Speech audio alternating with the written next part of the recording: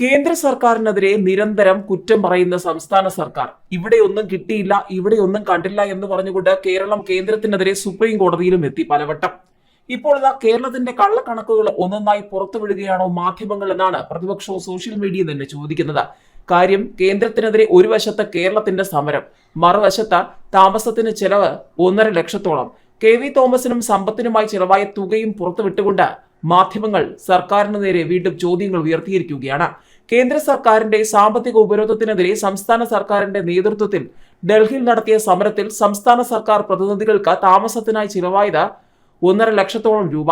കഴിഞ്ഞ ഫെബ്രുവരി 8-നായിരുന്നു സംസ്ഥാനത്തിന്റെ കേന്ദ്ര വിരുദ്ധ സമരം. പ്രതിനിധികളുടെ താമസത്തിനായി 1,37,650 രൂപ ചെലവായതായി വിവരാവകാശ പ്രകാരമുള്ള ചോദ്യത്തിന് ഡൽഹി കേരള ഹൌസിലെ റെസിഡന്റ് കമ്മീഷണറുടെ ഓഫീസ് മറുപടി നൽകി. യൂത്ത് കോൺഗ്രസ് ദേശീയ കോർഡിനേറ്റർ വിനി തോമസിന്റെ ചോദ്യങ്ങൾക്കായിരുന്നു മറുപടി.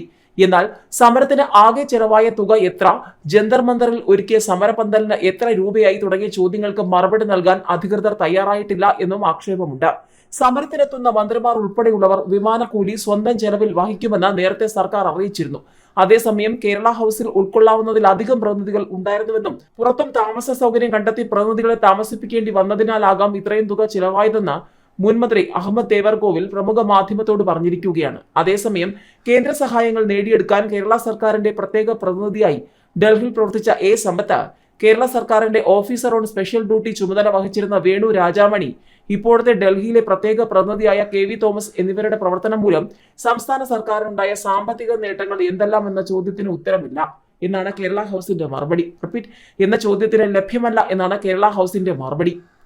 സംസ്ഥാനത്തിന് അർഹമായ സാമ്പത്തിക സഹായം ഇവർ വഴി ലഭിച്ചു, അതിന്റെ രേഖകൾ ഓഫീസിലുണ്ടോ എന്ന ചോദ്യത്തിനും ലഭ്യമല്ല എന്ന മറുപടിയാണ് ആവർത്തിച്ചിരിക്കുന്നത്.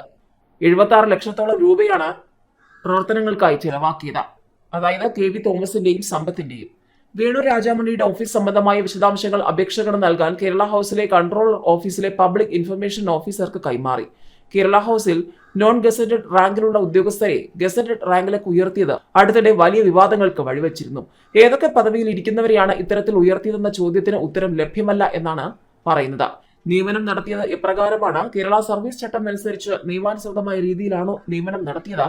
നിലവിൽ ഡബിൾ പ്രൊമോഷൻ എന്ന രീതി ഫ്രണ്ട് ഓഫീസ് ഉദ്യോഗസ്ഥരായ ജീവനക്കാരനെ കൺട്രോളർ ആക്കുന്നതിന് മതിയായ യോഗ്യതകൾ ഈ വ്യക്തിക്കുണ്ടോ? ഡിപ്പാർട്ട്മെന്റ് സ്ഥാനക്കയറ്റം സംബന്ധിച്ച നിബന്ധനകൾ പാലിച്ചിട്ടുണ്ടോ എന്നീ ചോദ്യങ്ങൾക്കും ലഭ്യമല്ല എന്ന ഉത്തരമായിരുന്നു ആവർത്തിച്ചത്.